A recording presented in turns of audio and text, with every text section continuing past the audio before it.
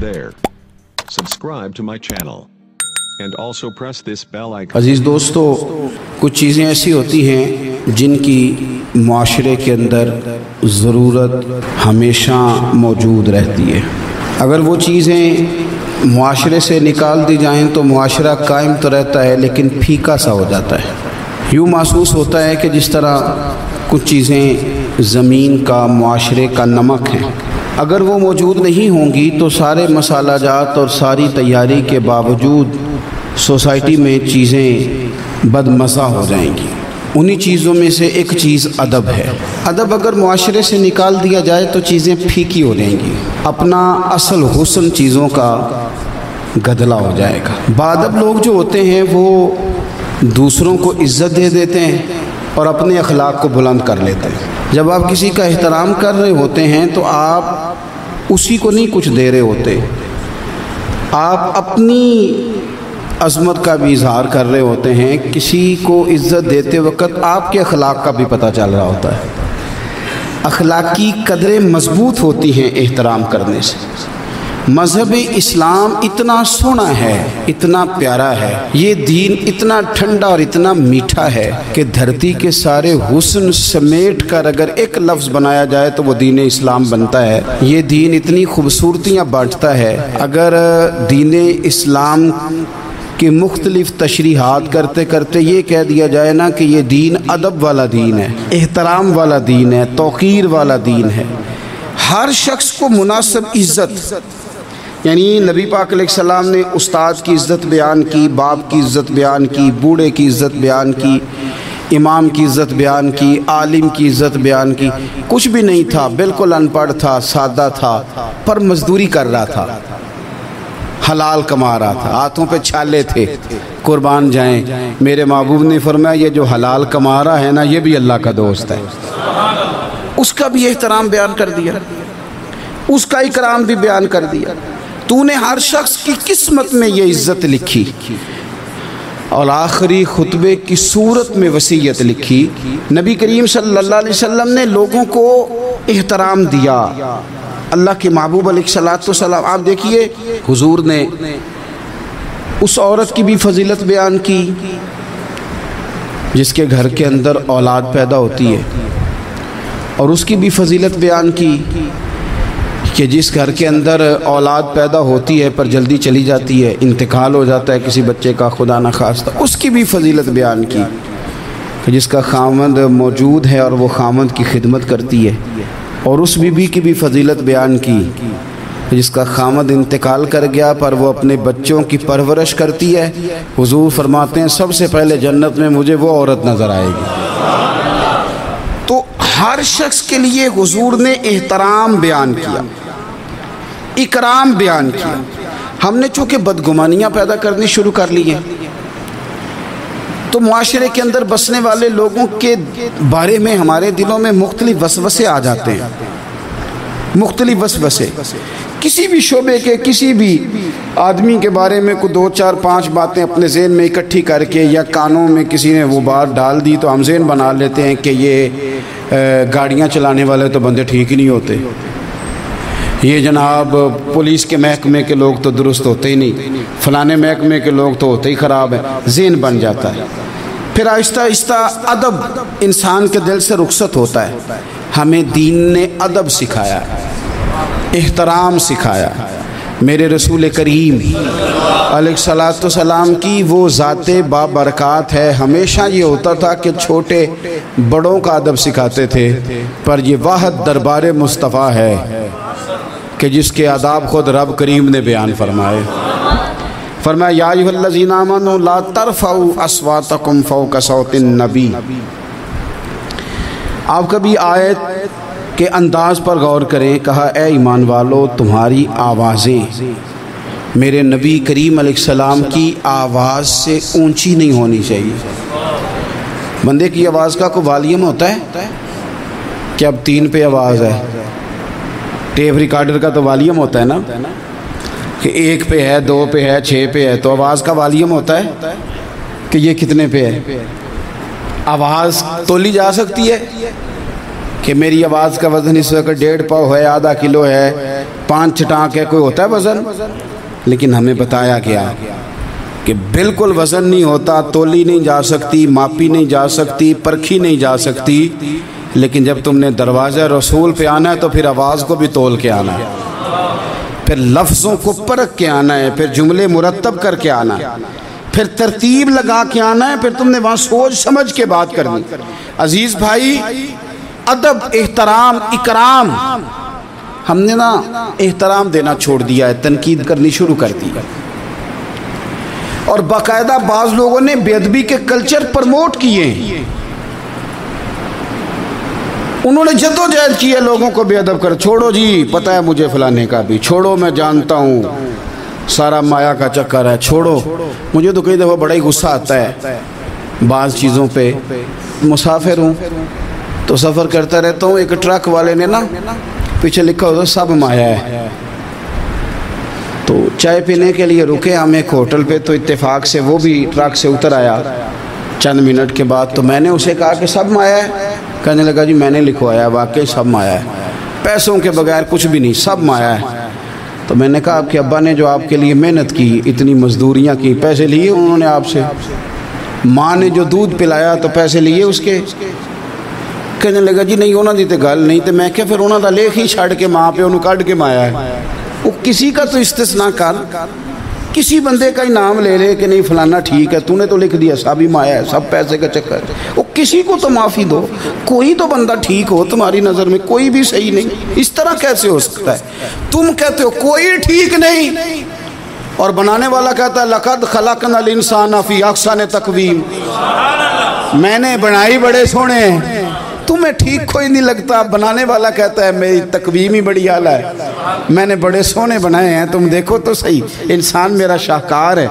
اب آپ دیکھیں کہ جب آپ ذہن بنا لیں گے کہ دنیا غلط ہے تو بے ادبی کریں گے، لیکن اگر ذہن بنائیں گے کہ یہ مخلوق ہے اور بنائی ہے میرے رب نے، اور بڑی سونی کر کے بنائی، اور بڑی حسین کر کے بنائی، اور بڑی اعلیٰ کر کے بنائی، الذی خلقک فسواک فعدلک فی ای صورت ما شاء رکبک، وہ کہتا ہے جیسی صورتیں میں نے چاہی نا ویسی میں نے بنائی، یہ تیرا چہرہ نہیں ہے، یہ تو رب کی چاہت ہے، یہ تو رب کی چاہت ہے، اللہ کی چاہت ہے، تو جو ہے تو احترام ہی نہیں کر رہا۔ احترام کریں، اپنے بڑوں کو عزت دیں اور سب کو احترام دیں۔ نبی پاک علیہ السلام نے فرمایا عالم کو علم کی وجہ سے، بزرگ کو عمر کی وجہ سے، اور اپنے حکمران کو عہدے کی وجہ سے عزت دیا کرو، ان کو احترام دو۔ آپ ہر شخص کا اس کے منصب کے لحاظ سے دیکھیں، ایک ہوتا ہے باتیں کرنا، باتیں کرنے میں بھی کوشش کریں پہلے کسی بزرگ کی سنیں، کسی بڑے کی سنیں۔ یہ ضروری نہیں کہ بزرگ پڑھا لکھا ہی ہو، کئی دفعہ یہ بھی ہوتا ہے کہ والد صاحب ان پڑھ ہیں، بیٹا انجینئر ہو گیا ہے، اب کوئی بندہ رشتہ دار تھا، اس نے مشورہ مانگا ہے کہ میں نے یہ مکان بنانا ہے، چھت ڈالنا ہے، تو میں 10 فٹ پہ ڈال لوں یا 14 فٹ پہ ڈالوں؟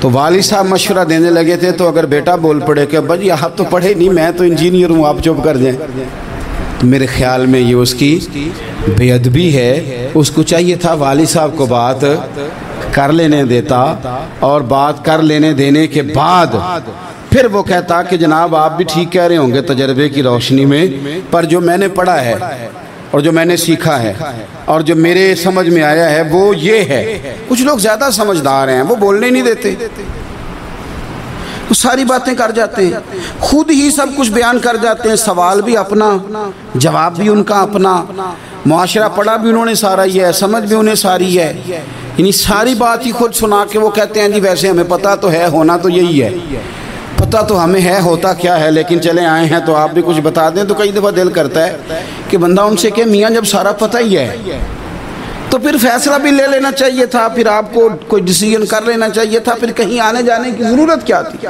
یہ چیزیں انسان کو اخلاقی کمزوری میں مبتلا کرتی ہیں۔ میرے نبی پاک صلی اللہ علیہ وسلم دیکھیے سمجھاتے کس طرح سے ہیں۔ 3 صحابی حضور کی بارگاہ میں حاضر ہوئے، حضرت سیدنا مہیثہ بن مسعود، حضرت خویصہ بن مسعود، حضرت عبد الرحمن بن سہل. حضرت عبد الرحمن بن سہل جو تھے وہ ان سب سے نا عمر میں چھوٹے تھے، یہ دو بڑے تھے. تو عبد الرحمن بن سہل تھے چھوٹے پر انہوں نے بات پہلے کرنی شروع کر دی، اور جب وہ بات پہلے گفتگو شروع کر رہے تھے اور گفتگو بڑھ بڑھ کے کرنا چاہ رہے تھے، آگے بڑھ رہے تھے، خیال کر رہے تھے کہ مجھے بات پہلے کرنی چاہیے. اب بات ہی کرنی تھی نا، کوئی حرج نہیں ہے، پہلے چھوٹا کر لے، کوئی مسئلہ. اگر آپ دوسرے نقطہ نظر سے دیکھیں گے تو کوئی حرج تو نہیں، ٹھیک ہے پہلے چھوٹا بات سنا لے. بہو نہیں بولنے دیتی کئی دفعہ، وہ کہتے ہیں پہلے میری سنو. داماد نہیں بولنے دیتا، اس کی مرضی ہے. بچے بیٹے نہیں بولنے دیتے، وہ کہتے ہیں ابا جی آپ تو تھے ہی نہیں، ہمیں زیادہ پتہ ہے. بول پڑتے ہیں، کیا کیا جائے. لیکن 3 صحابہ آئے ہیں. حضرت عبد الرحمن بن سہل چھوٹے تھے، انہوں نے بات حضور کو پہلے سنانی چاہیے. حضور تو سب کے نبی ہیں نا، اور سرکار نے تو سب پر کرم نوازی کرنی ہے، سننی ہے. وہ پہلے سنانے لگے تو حضور نے روک دیا، فرمایا آپ ذرا ٹھہر جائیں، ابھی آپ بات نہ کریں، پہلے بڑوں کو بات کرنے کا. یہ تعلیم بیان فرمائی کہ گفتگو میں بڑوں کو پہلے موقع دیا جائے. بڑے کیا کہتے ہیں ان کی بات پہلے سنی جائے گی، ان سے پہلے پوچھا جائے گا کہ معاملہ کیا ہے. ہم بزرگوں کو موقع نہیں دیتے. میں بڑے درد کے ساتھ یہ بات عرض کرتا ہوں، ہمارے نوجوانوں نے نا بزرگوں کو ریٹائر کر کے کونوں کے ساتھ لگا دیا. کوئی مشورہ نہیں کرتے، فیصلے کر کے بتاتے ہیں. اگر بزرگوں کی رائے کبھی لی جائے، میرے ابا جی کبھی شام کو نکلتے وقت میں یا میرا کوئی بھائی کہتا نا کہ کہیں کام سے جا رہے ہیں، تو والد صاحب فرمایا کرتے پوچھ کے چلے ہو کہ 10 کے چلے ہو. نہیں سمجھ آئی بات. پوچھ کے چلے ہو کہ، تو وہ پوچھتے ابا جی یہ پوچھ کے 10 کے دا کی فرق ہے. تو والد صاحب فرماتے کہ پوچھ کے جانے دا مطلب ہے کہ جے تسی اجازت دیں دے ہوتے جائیے. کہنے نے پتر پھر شاید میں تو انو آکھاں کہ رات پہ گئی ہے، شام ہو گئی ہے، میرا دل نہیں تسی باہر نکل. تو جے تسی صرف 10 کے چلے ہوتے پھر اساں کی کر لینا ہے، پھر تو تساں فیصلہ کر لیا. ہن تساں آج کل بوڑھے چپ کر گئے ہیں. میں درد سے بات کرتا ہوں، بزرگ خاموش ہو گئے، اس لیے کہ بچے پوچھ کے نہیں جاتے، بچے بتا کے جاتے ہیں. وہ کہتے ہیں میں جا رہا ہوں، انہوں نے فیصلہ کر لیا، طے کر لیا ہے جانا ہے. اگر کبھی ان سے پوچھا جائے، اگر ان کو احترام دیا جائے. میں بڑی دفعہ کہتا ہوں، پھر کہتا ہوں کہ شاگرد پجاروں پہ بیٹھا ہو نا اور PhD کر گیا ہو، اور استاد میٹرک PTC ہو اور ابھی بھی سائیکل ہی چلاتا ہو، تو آئے کبھی رستے میں ملاقات ہو جائے شاگرد کی استاد سے، اور شاگرد پجارو سائیڈ پہ کھڑی کر کے اپنے استاد صاحب کو پہلے سلوٹ کرے، اور پھر وہ کہے کہ استاد جی لڑکا لے آتا ہے سائیکل، آپ پجاروں پہ بیٹھے، میں گھر چھوڑا ہوں آپ کو. استاد صاحب نے جانا بعد میں سائیکل پہ ہی ہے. ان کا نہیں بیٹا اللہ تیرا بھلا کرے، اللہ تجھے اور لمبی عمر دے، اللہ تجھے اور ترقیاں دے. اس نے سائیکل پہ ہی دوبارہ بیٹھنا ہے. لیکن جب وہ استاد دوبارہ سائیکل پہ بیٹھتا ہے تو اسے یوں محسوس ہوتا ہے کہ میرا سائیکل پجاروں سے مہنگا ہے، کیونکہ پجاروں تو سلوٹ کرتی ہے میرے سائیکل کو. لیکن اگر کبھی غریب استاد کے قریب سے امیر شاگرد گزر جائے تو تکلیف ضرور ہوتی ہے کہ یار تو میرے پاس سامنے پھٹی پہ بیٹھ کے پڑھتا تھا اور آج تو کہاں پہنچ گیا.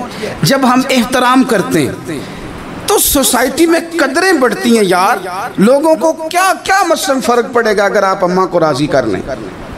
کیا ہوگا؟ ماں بیچاری کی ساری زندگی پردے ڈالتے بیت گئی. ابا نے آ کے پوچھا کہاں گیا وہ کہتی ادھر ہی تھا، مجھے بتا کے ابھی آ جائے گا. وہ مجھے کہہ گیا تھا کہ میں نہیں ادھر ہی تھا، کچھ بھی نہیں، ایسی کوئی بات ہی نہیں. ساری زندگی پردے ڈالتے بیت گئی. ابا کئی دفعہ گھر میں لڑائی کی، بیٹے کو مارا. اماں نے آگے بڑھ کے پتر کے حصے کی مار بھی کھائی، لیکن اسی بیٹے کی شادی کر دی تو اماں کو پتہ چلا کہ اوہو میں تو سمجھدار ہی نہیں تھی، میرا تو پتر مجھے کہہ رہا ہے اماں تو بھی تو کبھی سیانی ہو جایا کر دیں. اگر وہ بولتی ہے تو ہی چپ کر جا، تو پھر اسے احساس ہوتا ہے کہ اوہو میں تو ساری زندگی بیوقوف رہی، میں تیرا دفاع کرتی رہی، تیرے حصے کے تھپڑ کھاتی رہی، اور مجھے آج تو نے بتایا کہ تو سیانی نہیں تھی. آج تو نے بتایا کہ تو عقل مندی نہیں تھی اماں، تجھے کیا پتا میری بیوی کے سامنے تو ہی سیاਣੀ ہو جا۔ وہ ٹوٹ جاتی ہے، بکھر جاتی ہے، وہ کبھی پلٹ کے دیکھتی ہے تو اسے بڑے سارے زخم تازے ہو کے دکھائی دیتے ہیں، وہ یار میں ہی سیاਣੀ نہیں تھی۔ سنو نا، امام حسن رضی اللہ تعالیٰ عنہ فرماتے ہیں، امام حسن نے کوئی لمبا وقت نہیں اپنی والدہ کے ساتھ گزارا، چھوٹے تھے تو سیدہ فاطمہ الزہرا رضی اللہ تعالیٰ عنہ وصال کر گئیں۔ پر شیر خدا کے پتر کی بات دیکھیں، امام حسن کہتے ہیں لوگوں میں جب تھوڑا سا باشعور ہوا اور مجھے چیزیں تھوڑی سی دکھائی دینے لگی تو میں نے کبھی اپنی اماں کے ساتھ ایک پلیٹ میں کھانا نہیں کھایا تھا۔ حضور ساری دنیا کھاتی ہے تو آپ نے کیوں نہیں کھایا؟ تو فرماتے ڈر لگتا تھا کہ کہیں ایسا نہ ہو کہ جس لقمے کی طرف میری ماں اپنا ہاتھ بڑھائے کہیں میں نہ اٹھا لوں، بے ادبی نہ ہو جائے۔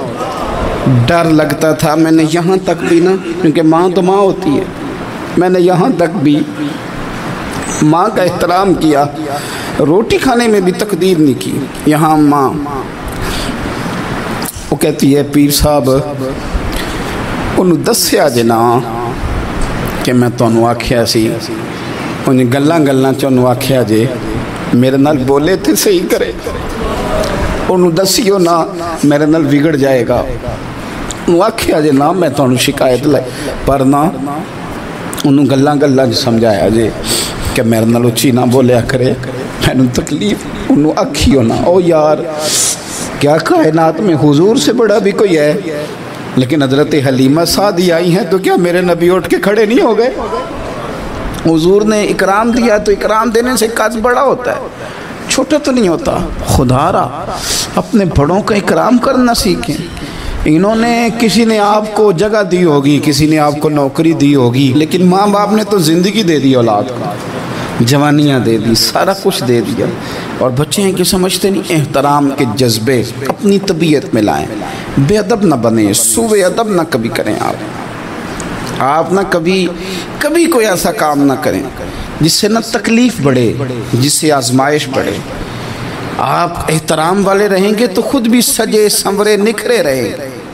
اپنے بزرگوں کو پہل کریں بزرگوں کی طرف، یعنی آپ گھر کے اندر چھپا کے سیب اپنے کمرے میں نہ لے کے جائیں، چھپا کے چیزیں نہ رکھیں، بلکہ پہل کریں بوڑھے ابا سے، پہل کریں اپنی والدہ سے، وہاں سے آغاز کریں، آپ دیکھیں برکتیں کتنی ہوتی ہیں۔ میں کچھ باتیں مجھے لطف دیتی ہیں، میرے کچھ سنگی ہیں، 3 بھائی ہیں کٹھے، مجھ سے بیعت ہیں، میرے ساتھ بڑا پیار کا رشتہ ہے، تو کبھی کبھی نہ خدمت کرنے کا دل کرتا ہے ان میں سے کسی کا کہ چلیں حضرت صاحب آئے ہیں تو ہم کچھ نذرانہ پیش کریں، تو اپنے بڑے بھائی کو وہ تھماتے ہیں کہ جناب آپ یہ کام کریں۔ اللہ تعالیٰ کا شکر ہے میری جیب کم ہی خالی رہتی ہے، اس کا فضل رہتا ہے، لیکن وہ پیسے لینے سے زیادہ یا تحفہ لینے سے زیادہ یا پھول پکڑنے سے زیادہ اس بات کی مجھے خوشی ہوتی ہے کہ کتنے نرالے ہیں، بڑے کو آگے لگاتے ہیں تو برکت تو حاصل کرتے ہیں، اس لیے کہ برکتیں ہمیشہ بڑوں سے ہوتی ہیں، بڑوں سے ہمیشہ برکتیں۔ یہ پھول کا تحفہ بڑے بھائی کو دے کے جب آگے کیا جاتا ہے تو میرے دل کو اچھا لگتا ہے، مجھے قرار آتا ہے کہ یار یہ لہجہ ٹھیک ہے، یہ انداز یہ ٹھیک ہے۔ اپنے بڑوں کو آگے رکھیں، بڑوں کو کلام کرنے کا موقع پہلے دیں، گھر میں کوئی چیز لائیں تو تقدیم کریں۔ ہمارے ہاں نا اب جو استادی شاگردی آئی ہے نا یہ بڑی خطرناک ہے۔ ہمارے ایک قاری صاحب تھے، ایک مدرسے میں پڑھاتے تھے، بڑا مارا کرتے تھے، اور میں انہیں مذاق بھی کرتا تھا، کبھی کبھی عذرائے محبت مزاح کرتا تھا۔ میں ان سے کہتا تھا قاری صاحب آپ شاید مار کھا کے پڑھیں اس لیے بچوں سے بدلہ لیتے ہیں۔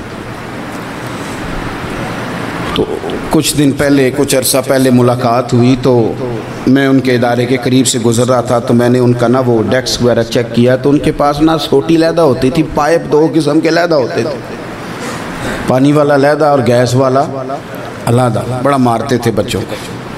مجھے بھی اختلاف تھا اس بات سے، میں ان کو گزارش بھی کرتا تھا، تو میں گیا تو وہ جس طرح وہ خیر استاد کمال کے تھے، انہوں نے بڑے کامیاب حافظ تیار کیے، اور ویسے بھی بندہ بڑا بااصول، بڑے اچھے، بڑے نفیس۔ میں نے ان سے کہا کہ وہ خیر ہے، مطلب چھوٹیاں کدھر گئیں آپ کی؟ کہنے لگے حضرت صاحب نہ شاگرد رہے نہ استاد رہے نہ وہ ماں باپ رہے. کہنے لگے پتہ نہیں 2-4 سالوں میں کیا ہوا ہے. تو میں نے کہا آپ کو تو کوئی منع کاری نہیں, میں نے کئی دفعہ سمجھایا تھا آپ باز نہیں آتے. کہتے تھے اب آ گیا ہوں, اس لیے کہ کچھ چھڑی مار رہے ہوتے ہیں تو دوسرا ساتھ ویڈیو بنا رہا ہوتا ہے. پہلے طالب علم اس طرح کی توہین کا رویہ استادوں کے ساتھ نہیں کرتے تھے. وہ کہتے تھے جیسے بھی ہے فیض استاد سے لینا ہے. اب آپ ذرا گھور کے دیکھیں تو کہتے ہیں لاؤ کتابیں, جا رہا ہوں بڑے مدرسے بڑے کالج بڑے اسکول. میں نے اپنی زندگی میں دیکھا کہ ہمارے بڑے کہتے تھے, کبھی گھر آ کے بتاتے ہیں نا استاد جی نے مارا ہے, تو کہتے تھے کسی غلطی سے مارا ہوگا. اور اس طرح کے سخت لفظ بولتے تھے کہ ہمیں لگتا تھا کہ ہمارے بزرگ ہمارے ساتھ زیادتی کر رہے ہیں. وہ کہتے تھے کہ منو ہڈیاں چاہیے نے پڑھیا ہوئے. یہ لفظ کہتے تھے میرے ابا جی میری اماں, ہڈیاں دیا جی سانو پر دیا جی پڑھیا. اب کیا ماحول ہے, ڈر آتا ہے, بچے گھورتے ہیں. ان کی اماں آگے کہتی ہے تو 8,000 کا مولوی ہے, میرا 1.25 کروڑ کا بچہ ہے, تیری طاقت کیسی ہوئی چودھری کے بچے کو ہاتھ لگانے کی؟ اتنی تیری جرت کہ نے میرے بیٹے کو ہاتھ لگایا ہے؟ کروں گی نا کل بندے کٹھے تیری کراؤں گی چھوٹی مسجد سے. تو اتنی تیری طاقت کہ تو میرے بچے کو مارے. ہم نے نا پرموٹ کی چیزیں, پرموٹ. حضرت خواجہ حسن بصری رحمت اللہ علیہ فرمایا کرتے تھے ادب نہ ہو تو علم آ ہی نہیں سکتا. اس لیے کہ کتابیں رہنمائی کرتی ہیں, کتابوں کی ترجمانی تو استاد نے کرنی ہے. تو اگر آپ وہ احترام ہی نہیں ہے, وہ طبیعت ہی نہیں ہے, وہ ذوق ہی نہیں ہے, سیکھنے کا وہ خاص جذبہ ہی نہیں ہے. ہمارے صاحب رحمت اللہ علیہ فرمایا کرتے تھے بہت سارے لوگ بڑے بڑے درویشوں کے پاس جا کے خالی آتے ہیں. حضور کیوں؟ فرماتے تھے اس لیے کہ کشکول سیدھا نہیں کرتے, پیالہ سیدھا نہ ہو تو خیرات آیا نہیں کرتے, ادب نہیں کرتے, احترام نہیں کرتے, پیالہ سیدھا نہیں کرتے. پیالہ سیدھا نہ ہو تو وہ تو جو دینا ہو وہ بھی نیچے گر جاتا ہے. احترام. ایک شخص نے نا حضرت سیدنا امیر معاویہ رضی اللہ تعالیٰ عنہ سے کہا کہ میں نے زیارت کرنی ہے حضرت امام حسین رضی اللہ تعالیٰ عنہ کی, مدینہ شریف جا رہا ہوں, میں نے ان کو پہلے دیکھا نہیں ہوا, تو مجھے بتائیے امام علی مقام رضی اللہ تعالیٰ عنہ کو میں کیسے پہچانوں گا؟ تو ابن عساکر دیکھیے گا حضرت امیر معاویہ رضی اللہ تعالیٰ عنہ فرمانے لگے تو مدینہ شریف جانا, ایک شخص لوگوں کے حلقے میں بیٹھ کے لوگوں کو دین پڑھا رہا ہوگا, مسجد نبی میں وہ چمکتا ہوا چہرہ لوگوں کو قرآن و سنت کی تعلیمات سے روشناس کر رہا ہوگا, اور فرمایا اس کے ارد گرد لوگ اس ادب سے بیٹھے ہوں گے کہ جیسے ان کے سروں پر پرندے بیٹھے ہوئے ہیں, ذرا حرکت کی تو پرندے اڑ جائیں گے.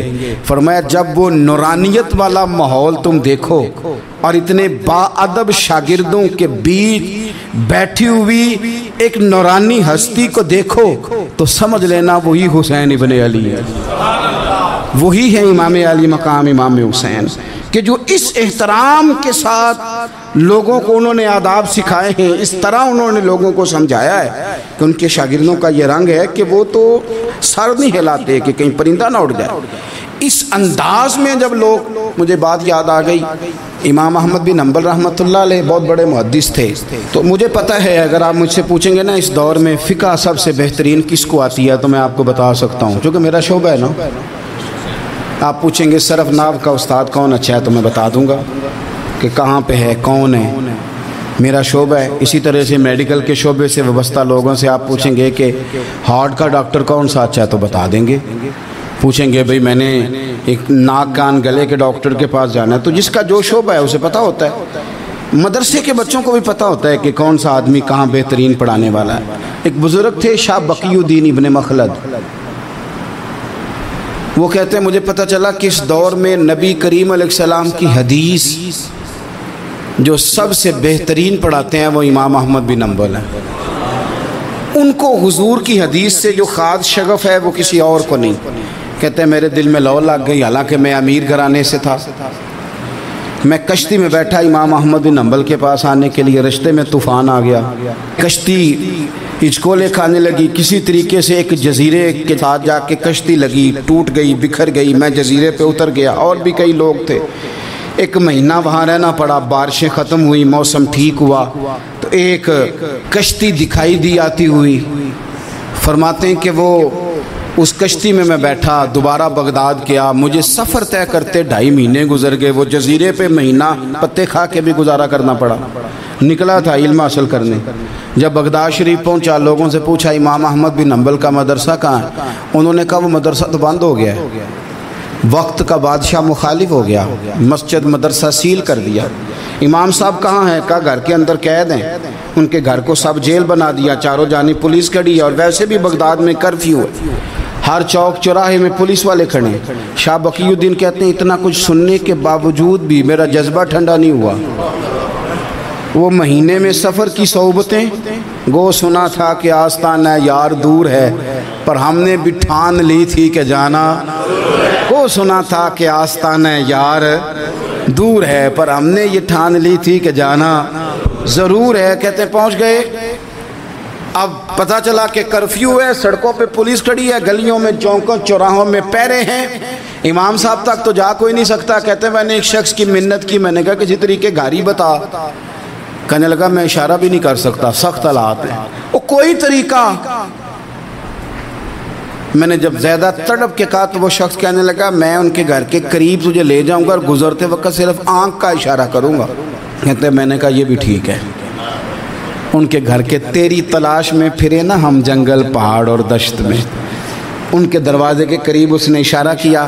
شاہ بقی الدین کہتے ہیں کہ میں گھر دے کے آ گیا واپس۔ اب میں سوچنے لگا کہ کیسے امام صاحب تک پہنچنا ہے، بڑی تجویزیں سوچیں، بڑی تجویزیں، کام والا بن جاؤں، پھیری لگانے لگ جاؤں۔ پھر سوچا کہ اگر میں کچھ بیچوں گا ریڑھی پہ رکھ کے تو کوئی خریدنے نکلے گا، کوئی نہیں نکلے گا، کس طرح کروں، کیا کروں، بڑی سوچیں۔ بالآخر میں نے طے کیا، اللہ اکبر، میں نے نہ کپڑے پھاڑ لیے، امامہ اتار دیا۔ فرماتے ہیں کہ ایک پیالہ مٹی کا خرید کے گلے میں رسی سے باندھ لیا، اور امام احمد بن حنبل کی 3 گلیوں پیچھے میں نے دروازہ دروازہ صدا لگانی شروع کی، فقیر ہوں، اللہ کے نام پہ لینے آیا ہوں۔ کہتے ہیں ایک ایک دینار مانگتے مانگتے مانگتے مانگتے آزم یار مناؤن دی خاطر اساں کی پیس وٹائے۔ کہتے ہیں مانگتے مانگتے نا میں امام احمد بن حنبل کے دروازے تک آیا، امیر گھر کا بچہ تھا، بڑے پیسے جیب میں ہوتے تھے۔ امام کے دروازے پہ صدا لگائی، کوئی ہے اللہ کے نام پہ دینے والا؟ کہتے ہیں وہ نور بھرا دروازہ کھلا، ایک گورے مکھڑے والا، سفید داڑھی والا، سونے امامے والا، چمکدار آنکھیں، نورانی شباہت۔ کہتے ہیں امام احمد بن حنبل باہر آئے، اور جیسے ایک دینار میرے پیالے میں ڈالنے لگے تو میں نے ہاتھ چوم کے کہا سونیا تیرے قربان جاؤں، میں دینار لینے نہیں آیا، محمد عربی کی حدیثیں سننے آیا۔ کہتے ہیں امام کی بھی آنکھیں کھل گئیں، کہنے لگے اس حال میں آزم یار مناؤن دی خاطر اساں کی پیس وٹائے۔ کہا حضور کیا کرتا، یہی ایک طریقہ رہ گیا تھا، میں تو کہاں سے چلا ہوں، کہاں پہنچا ہوں، کیا کروں؟ امام صاحب فرمانے لگے پھر میں بھی بڑے دنوں سے پریشان تھا، کوئی سیکھنے والا نہیں مل رہا تھا، تو مل گیا۔ کہنے لگا حضور میں روز آ جاؤں فقیر بن کے، آپ جتنا چاہیں 2 4 5 منٹ میں مجھے حدیثیں سنا دیں، میں اگلے دن یاد کر آیا کروں۔ کہتے 2 سال لگ گئے، شاگرد کہاں ملیں گے ایسے، کہاں مرید ملیں گے، گزر گیا دور۔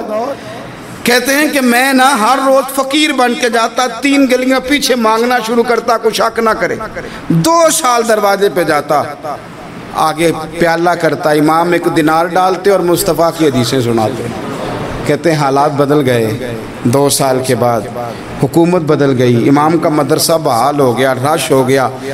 بادشاہ بڑا عقیدت مند تھا، جو نیا آیا اس نے بڑا کر کے ادارہ بنا کے دیا۔ جس دن میں گیا تو رش لگا ہوا تھا۔ کہتے ہیں حالات بدلے تو ہم نے بھی کپڑے بدلے، ہم نے بھی دوبارہ سے دستار باندھی، اور کہتے ہیں بڑے لوگ بیٹھے ہوئے تھے، میں جب داخل ہوا نا تو امام اٹھ کے کھڑے ہوئے۔